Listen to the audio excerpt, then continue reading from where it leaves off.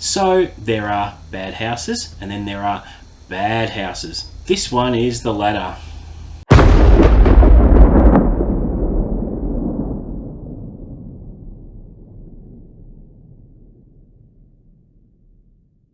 What's up guys, welcome back to Unlimited Reads. My name is Chris and today I'm excited to be sharing with you my spoiler-free review of Michael Robertson Jr.'s latest horror novel, The End House. Now with my reviews I always like to start by sharing with you the synopsis so that you know what it is about, and it goes like this. If these walls could talk, they'd scream. Struggling writer Declan Scheider wakes confused and alone in the old house's cold and empty bedroom, but his panic quickly subsides when he sees the moving truck parked out front and he remembers that the old house is actually his family's new home. More memories begin to flood him. Some feel right and some feel off, not his own. And as he explores the house, it's more than memories he begins to feel creeping out of the shadows. He swears he's seeing things, hearing things that aren't really there. Things that at first he blames on the howling wind and the house's creaking old bones, but eventually begin to feel much more real, as if Declan is never quite alone.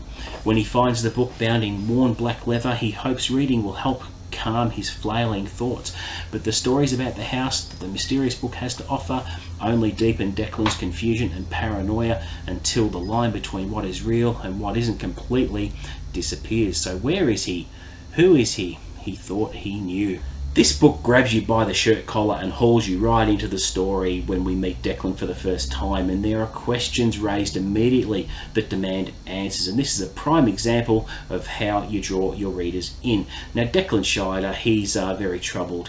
He is in much need of a change, and both he and his wife Nora decide to buy the remote farmhouse in an effort to start a whole new life and move on from their turbulent past.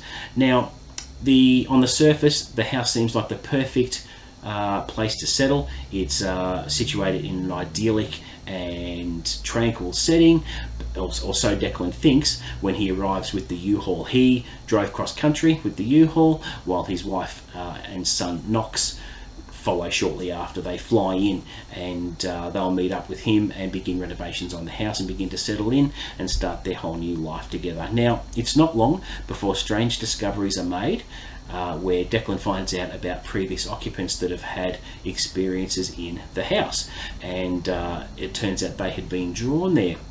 Now, it's not long before the lines between what's real and what isn't get a little bit blurred, especially with conflicting timelines. Now, the novel goes into detail about several groups of characters, which I found very, very interesting. The characters were richly drawn, and I enjoyed spending a fair bit of time with them. So we have Ivan and Jessica's timeline, where both of them are on the run after a violent crime goes horribly and tragically wrong.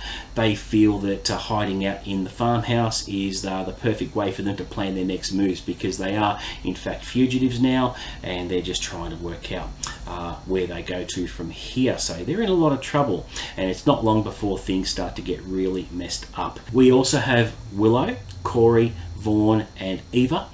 They're taking a break from college, they're wanting to relax, and they find the farmhouse, and they think it's the perfect setting for relaxing and swimming in the pond and boating and having barbecues and drinking around the fire.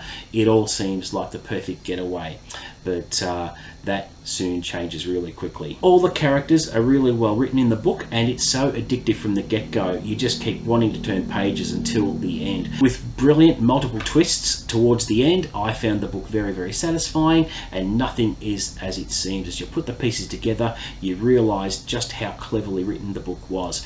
I like the cameo appearance from one of Michael's key characters in his universe. That was a nice touch. I think the pacing was just perfect, and I particularly like some of the similes that Michael uses in the book, and I really enjoy reading good similes, and I'll give you an example.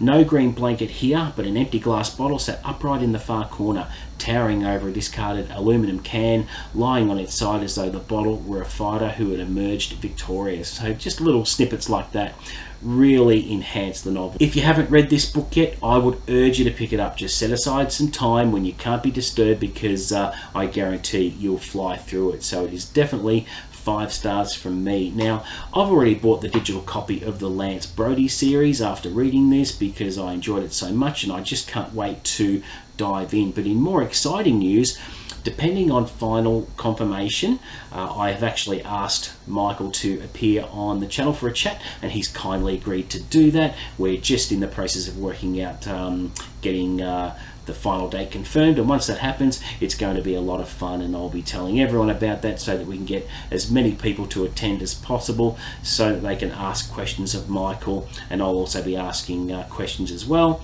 and it should be a lot of fun next month.